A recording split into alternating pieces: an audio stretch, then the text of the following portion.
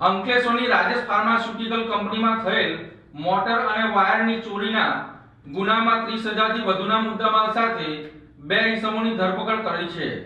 અંકલેશ્વર જીઆઈડીસીમાં આવેલ રાજેશ ફાર્માસ્યુટિકલ કંપનીમાં બે મોટર અને કોપર વાયર મળી ₹30,000 થી વધુનો મુદ્દામાલની થયેલ ચોરીમાં પોલીસે ગણતરીના સમયમાં બે ઇસમોની ધરપકડ કરી વધુ તપાસ હાથ ધરી છે। અંકલેશ્વર જીઆઈડીસીમાં રાજેશ ફાર્માસ્યુટિકલ કંપનીમાં તસ્કરો દિવાલ કૂદી અંદર પ્રવેશ કરી ઇલેક્ટ્રિકલ રૂમમાંથી બે મોટર અને કોપર વાયર સહિત ₹30,000 થી વધુનો મુદ્દામાલની ચોરી કરી હતી। ચોરી અંગે અંકલેશ્વર જીઆઈડીસી પોલીસ મથકમાં ફરિયાદ નોંધાતા પોલીસે તપાસ હાથ ધરી હતી।